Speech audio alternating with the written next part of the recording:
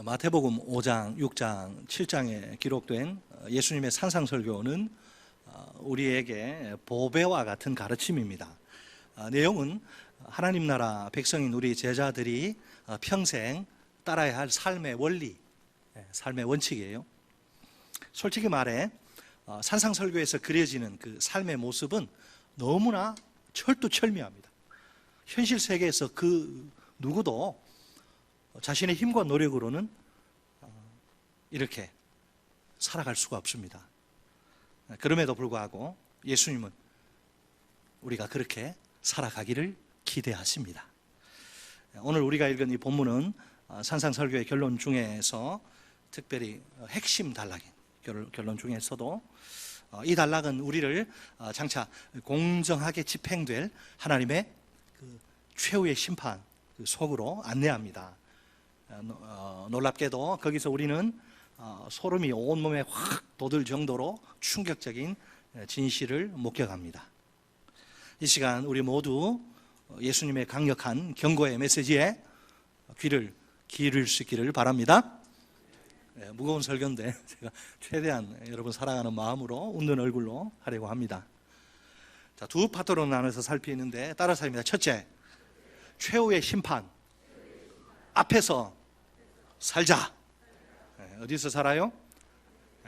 최후의 심판 앞에 딱 있습니다. 21절로 23절. 먼저 예수님은 일반적인 원리를 선포하십니다. 21절 우리 다 같이 한번 한 목소리로 읽어볼까요? 21절 시작. 나더러 주여 주여 하는 자마다 다 천국에 들어갈 것이 아니오 다만 하늘에 계신 내 아버지의 뜻대로 행하는 자라야 들어가리라. 아멘. 지금 예수님은 그 천국에 들어갈 자격 혹은 조건을 제시하십니다. 예수님께 주님 주님 이렇게 말하는 자마다 모두 전부 천국에 들어가는 것은 아닙니다. 뭔가 이상하지 않습니까? 분명 로마서 10장 13절의 선언처럼 누구든지 주의 이름을 불러야 구원받을 수 있습니다. 그러니 주님이란 이 고백은 구원의 필수 조건이죠. 그런데 예수님은 뜻밖의 선언을 하십니다. 주님 주님 이렇게 고백한 자들 중에서도 천국에 들어가지 못할 자들이 있다는 겁니다.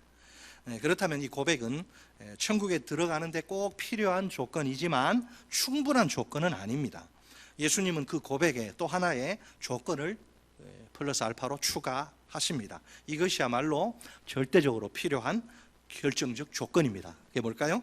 이 조건은 하늘에 계신 내 아버지의 뜻대로 행하는 것입니다.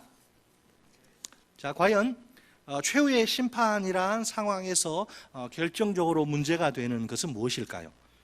고백만이 아니라 고백은 당연하고 고백만이 아니라 그의 일치하는 행동, 곧 하나님의 뜻에 순종하는 것입니다.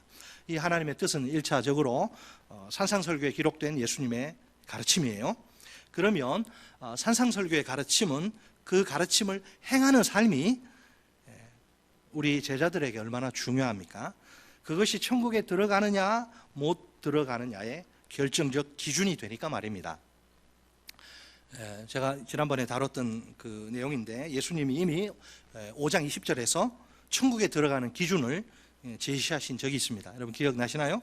기억나세요? 그것은 서기관과 바리새인보다 더 나은 의, 더 뛰어넘는 의입니다. 그러니까 하나님의 뜻을 행하는 것은 더 뛰어넘는 의를 다르게 표현한 것입니다.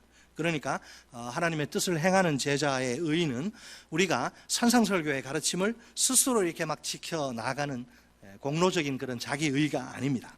예수님의 메시아적 통치를 통해 우리에게 은혜로 주어지는 하나님의 선물입니다. 그래서 예수님은 6장 10절에서 제자들에게 이렇게 기도하라고 가르치십니다. 주 기도문이죠.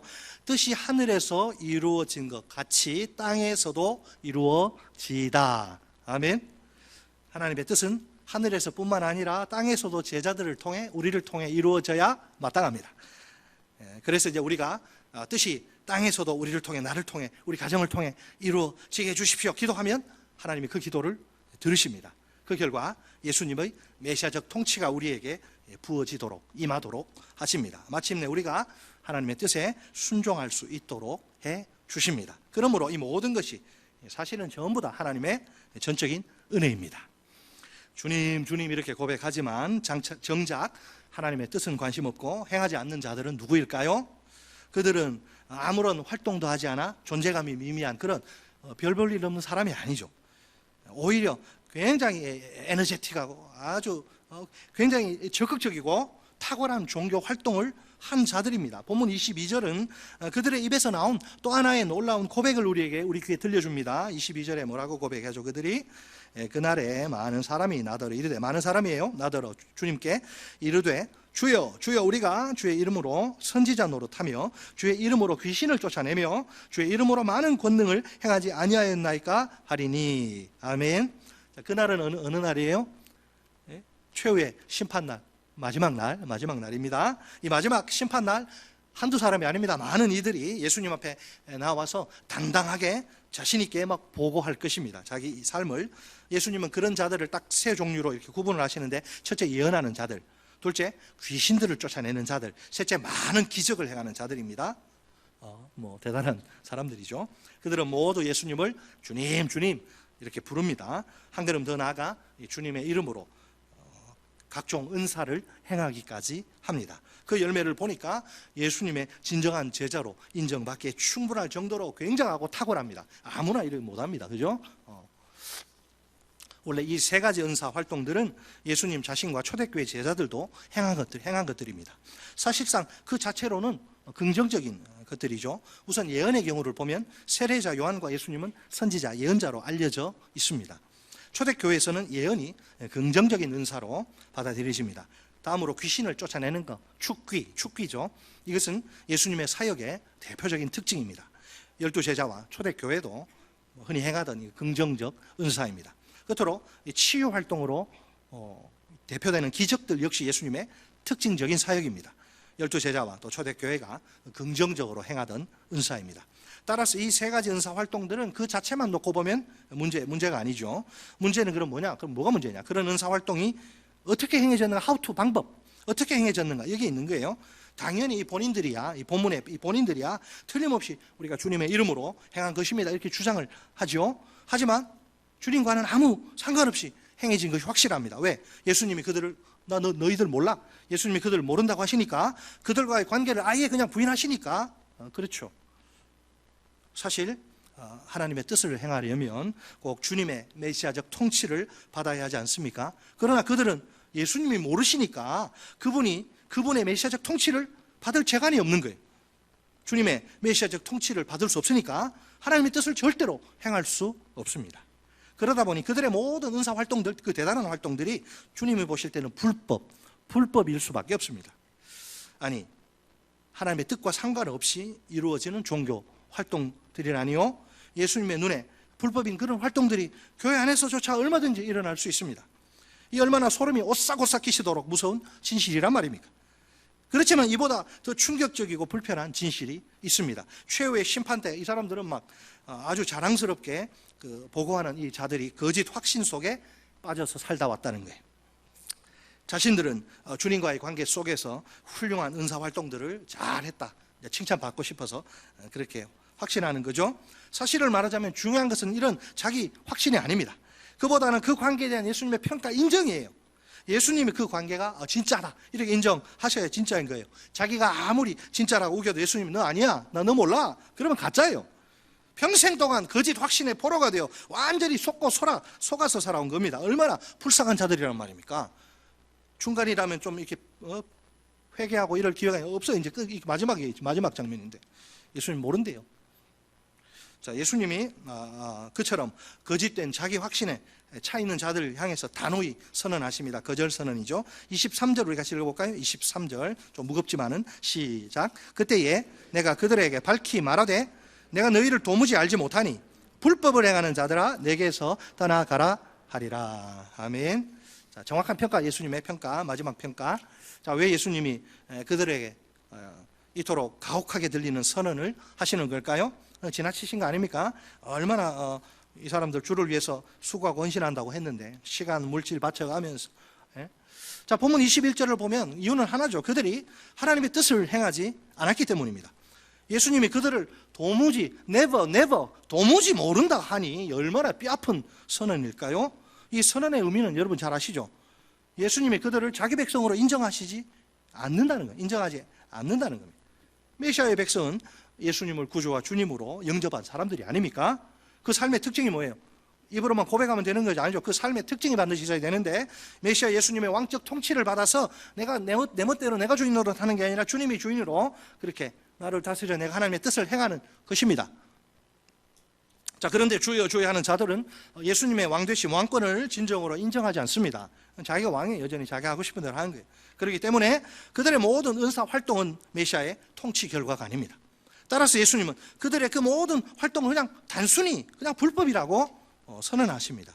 이 불법은 뭐 사회에서 보는 뭐 그런 게 아니에요. 뭐 적극적 범법 행위라기보다는 하나님의 뜻을 행하지 않는 그 행위를 총칭하는 그 모든 행위가 그래요. 누가 보더라도 이게 엄청난 종교 활동, 아무나 못합니다. 저도 이거 하겠어요. 이거 못합니다. 이런 거 대단한 능력 아니에요? 엄청난 종교 활동 찬사받아 마땅한데 이러면 아주 우리 교회에서 이런 역사 일어나면 뭐 사람들 몇 터질 거예요. 교회 건축해야 됩니다. 엄청난 종교 활동인데 예수님이 불법이라고 규정하시다니요? 너무나 이게 뜻밖의 아무도 예상치 못한 그런 선언이 아닐 수 없습니다.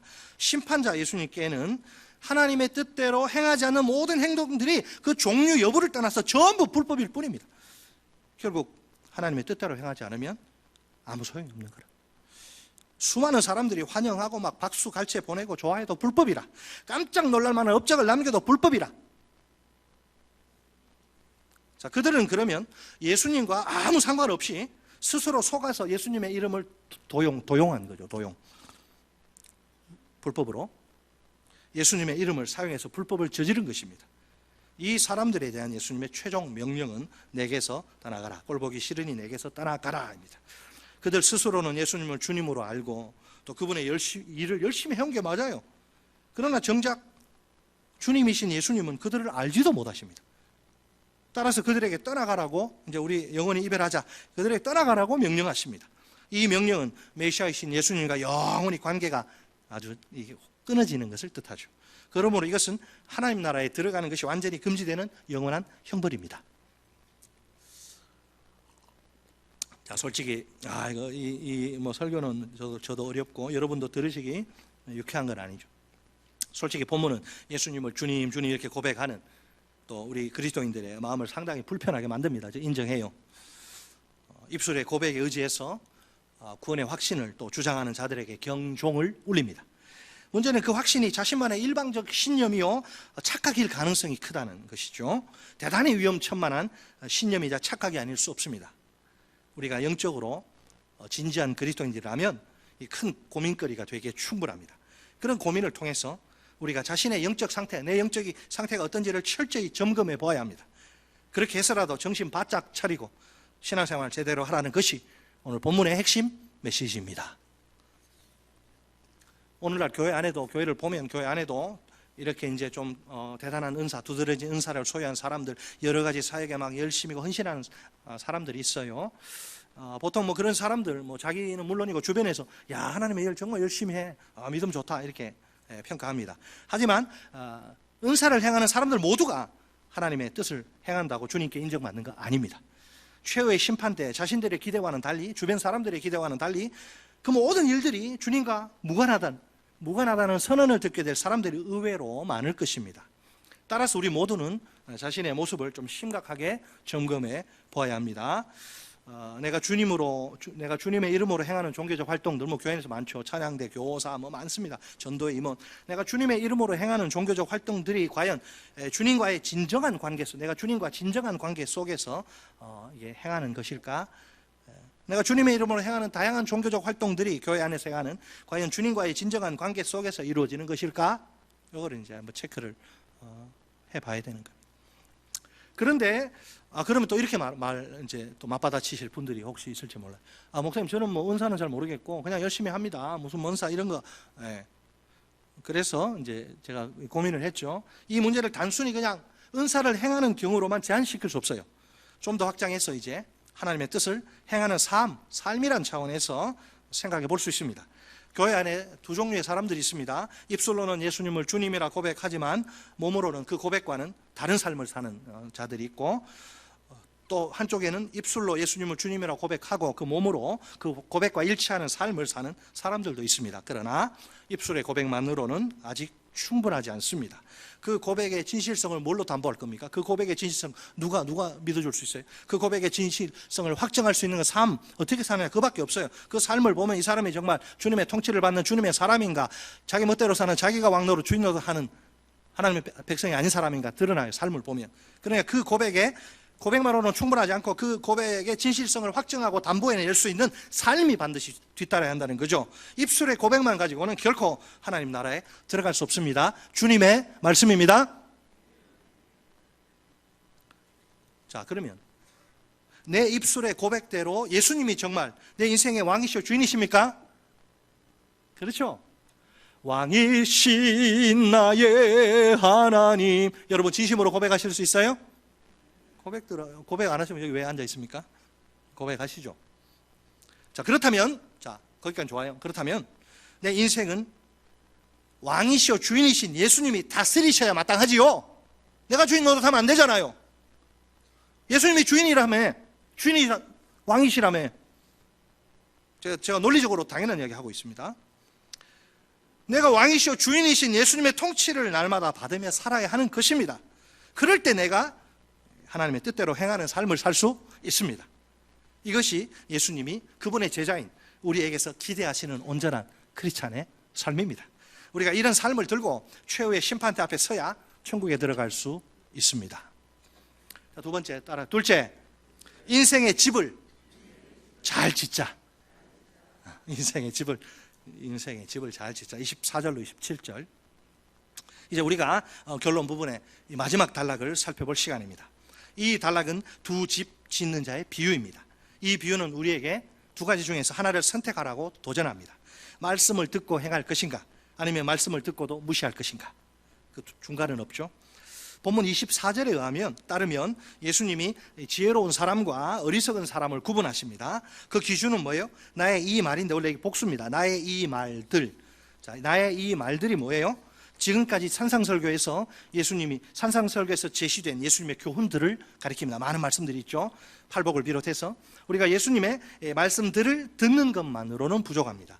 하나님 나라에 들어가는 지혜로운 자가 되기 위해선 다른 뭔가가 필요합니다. 플러스 알파가 뭐가 필요한데, 그것은 바로 뭐냐? 이 말씀들, 곧 산상설교의 교훈들을 행하는 삶입니다. 앞서 21절에서 예수님은 하나님의 뜻을 행하는 것의 중요성을 부각하시지 않습니까? 여기서도 재차 예수님의 말씀들을 행하는 것의 중요성을 다시 한번 부각하십니다. 최후의 심판에 있어서 이 행함이 얼마나 중요한지를 지극히 강조하시는 겁니다. 그러니까 산상설교의 교훈들을 우리가, 산상설교의 교훈들은 왜 주어졌느냐? 그냥 은혜만 받고 좋다 이게 아니고 우리가 그대로 살도록, 행하도록 주어진 것입니다. 또한 이것을 행하느냐 행하지 않느냐는 마지막 심판의 절대적 기준이 됩니다. 집을 바위 위에 짓는 것은 예수님의 말씀들을 듣고 그대로 행하는 것을 가리킵니다. 집을 모래 위에 짓는 것은 예수님의 말씀들을 듣기만 하고 그대로 행하지 않는 것을 의미합니다. 집을 짓는 행위는 삶이에요. 지혜로운 자와 어리석은 자에게 공통 요소인 삶 자체를 뜻합니다. 삶 전체, 삶을 사는 것은 집을 짓는 행위입니다. 우리가 지금 집을 짓고 있어요. 지혜로운 자는 예수님의 말씀들을 듣고 행하는 삶을 삽니다. 바위 위에 자기 삶이란 집을 짓는 셈이죠. 반면에 어리석은 자는 예수님의 말씀들을 듣기만 하고 행하지 않는 삶을 삽니다. 모래 위에 자기 삶이란 집을 짓는 것이죠. 사실상 이 비유는 신앙생활의 기초가 잘못된 게 이게 가장 큰 문제라고 지적합니다. 앞에 문맥을 살펴볼 때 많은 사람들이 들어가는 넓은 길을 선택한 게 문제입니다. 신앙생활을 해도 적당히 대충 편하게 하고 싶은 것이죠. 골치 아프게 무슨 하나님의 말씀, 그분의 뜻 얽매여서 그냥 자유를 빼앗기고 싶지 않은 거예요. 순종, 헌신, 충성, 하나님의 은혜를 많이 받은 특별한 그런 사람들에게만 해당되겠죠. 나 같은 평범한 사람 해당사항이 하나도 없는 것 같아요. 예수님을 믿는다고 고백하고 주일 예배 빠지지 않고 헌금 내고 교회 봉사하고 이런 식으로 자기가 그게 마지노선인지 선인지 모르겠지만 자기가 이런 속으로 자기 임의로 이렇게 정해놓은 그 선 유지하기만 하면 자기는 문제 없을 거라, 잘 될 거라 생각합니다. 그 정도만 해도 천국에 들어가는데 충분하다, 아무 문제가 없다, 자신만만한 거예요. 월요일부터 토요일까지 교회 밖의 생활은 믿지 않는 사람과 별 차이가 없습니다. 지금 기독교 신뢰도가 코로나 이후에 더 아주 참 창피해서 볼 수가 없어요.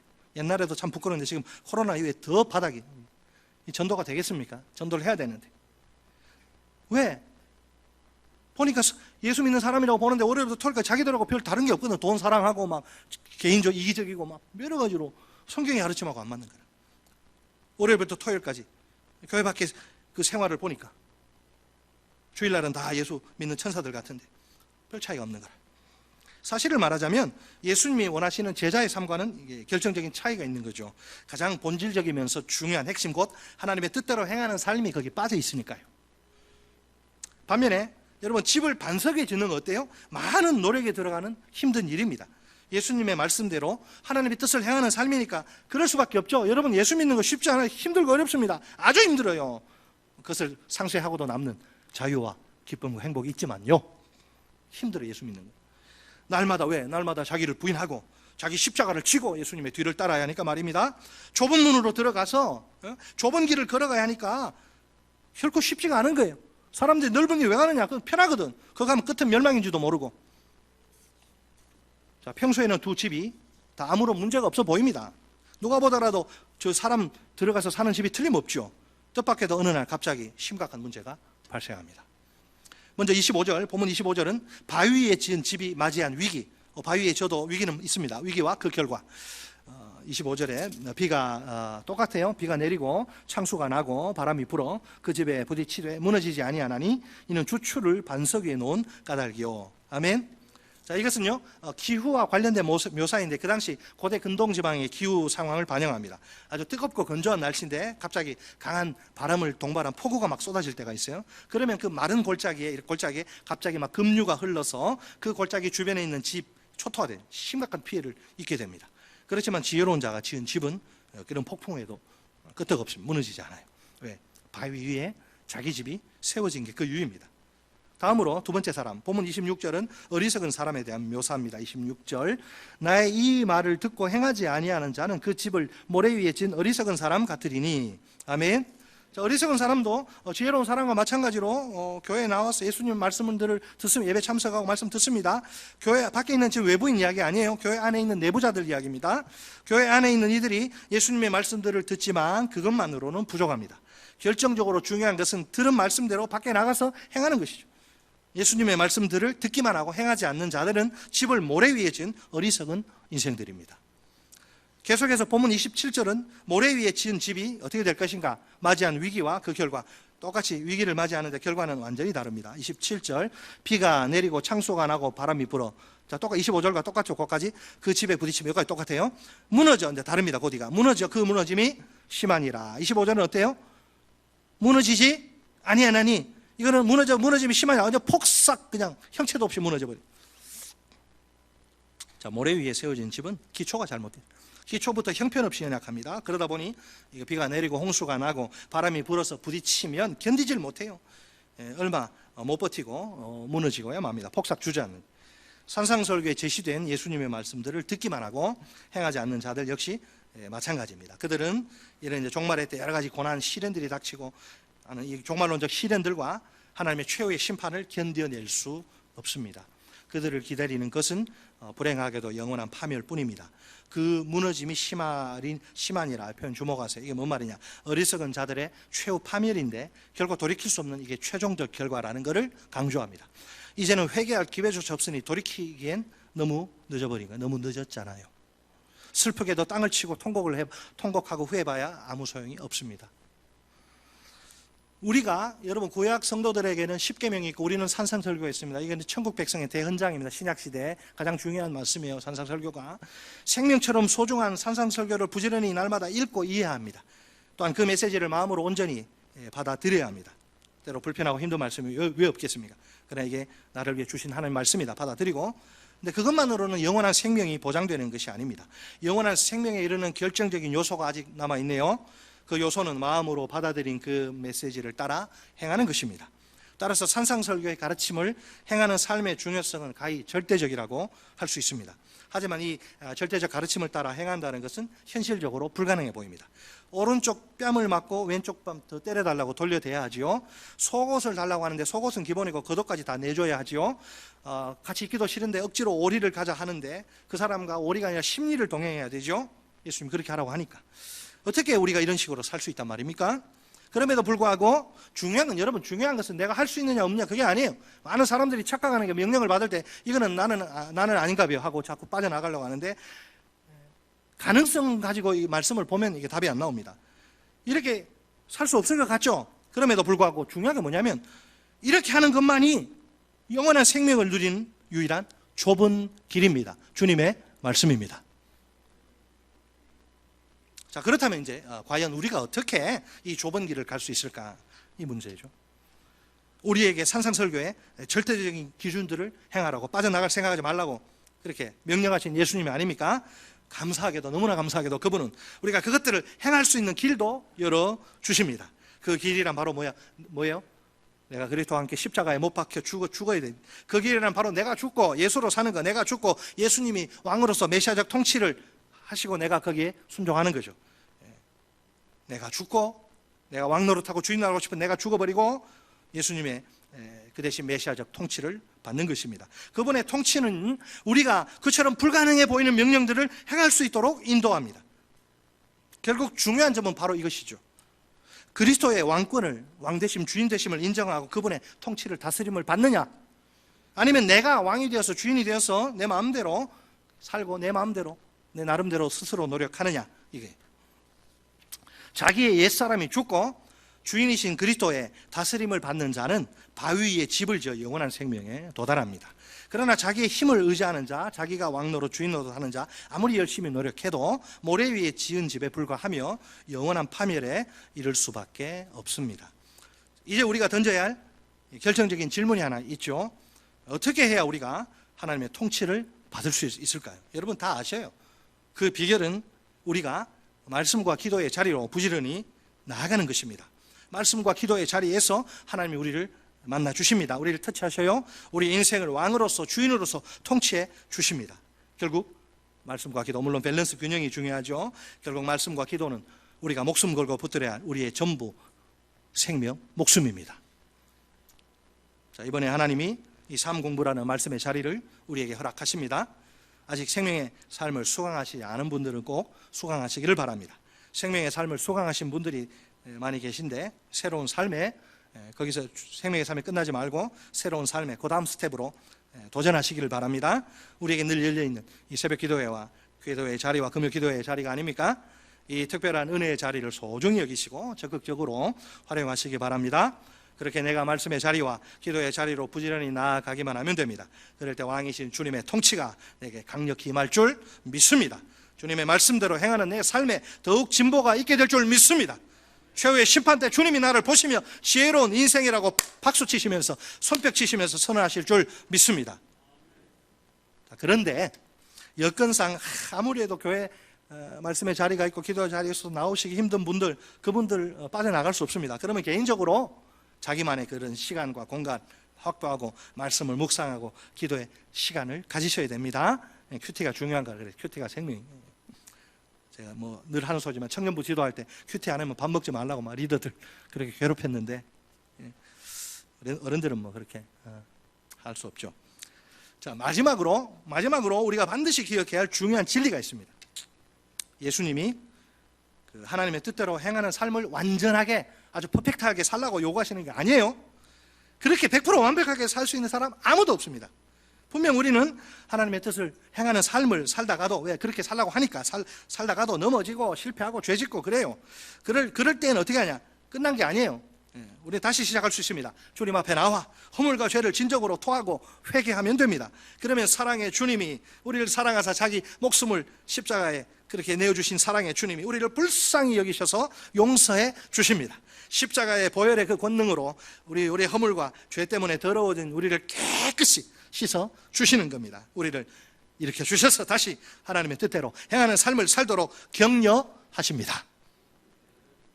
그러니까 우리는 그렇게 살 수 있어요. 오늘 나는 어떤 집을 짓고 있습니까? 반석 위에 짓고 있는 집인가요? 아니면 모래 위에 짓고 있는 집인가요? 최후의 심판날 제대로 지어진 집인지 그렇지 않은지 분명하게 판명이 날 것입니다. 예수님의 말씀들을 듣고 행하는 삶을 산 거라면 반석 위에 지은 집입니다. 하나님이 무너지지 않는 내 집을 보시고 나를 지혜로운 인생이라 인정하실 것입니다. 나는 하늘에 계신 아버지의 뜻대로 행한 내 삶을 들고 천국으로 들어가게 될 것입니다. 하나님의 뜻을 행하는 삶을 대체할 수 있는 것은 아무것도 없습니다. 화려한, 본문에 나오는 화려한 종교활동도, 대단한 종교적 업적도, 많은 사역들도 아닙니다. 우리가 일평생 오직 하나님의 뜻을 행하는 삶을 살아야 합니다. 좁고 길이 협착해서 인기도 없고 사람도 별로 안 와요. 힘든 문이지만 바로 그 문으로 들어가야 합니다. 그런 신앙생활만이 우리를 천국으로 인도할 수 있습니다. 우리에게 영원한 생명을 보장할 수 있습니다. 반대로 신앙생활 대충 적당히 편하게 하려는 생각은 실로 위험천만합니다. 그런 넓은 문으로 만족하는 안일한 생각은 당장 쓰레기통에 집어 던져야 합니다. 만약 이 경고의 메시지를 귀담아 듣지 않고 살다가 마지막 심판의 날 끔찍한 일을 당하면 어떡합니까? 그땐 그 되돌릴 수 없는 최악의 불행한 사태를 누가 책임질 것입니까? 우리가 정말 정신 바짝 차리고 신앙생활 똑바로 제대로 해야 됩니다. 예수 잘 믿어야 됩니다. 내 인생에 이것보다 더 중요한 일은 없어요. 예수 잘 믿는 게 가장 중요합니다. 우리가 진정 천국에 가기를 원한다면 좁은 문으로 들어가야 합니다. 매일매일 말씀과 기도를 통해 하나님의 통치를 경험하고 누려야 합니다. 그 통치 아래서만 하나님의 뜻대로 행하는 삶을 살 수 있습니다. 이 모든 것을 가능하게 만드는 것이 바로 하나님의 놀라운 은혜입니다. 이 다음에 우리 모두 천국에서 반가운 얼굴로 꼭 만납시다. 아무리 찾아도 그 양반 어디 갔냐, 아무리 찾아도 보이지 않는 그런 성도는 단 한 명도 우리 교회에 없기를 간절히 바랍니다. 우리 다 함께 한 목소리를 외쳐볼까요? 최후의 심판 앞에서 살자. 인생의 집을 잘 짓자. 끝으로 주께서 이 시간 우리 각자에게 던지시는 결정적인 최후의 질문입니다. 사랑하는 아들아, 딸아, 오늘 너의 말씀 생활과 기도 생활은 어떠니?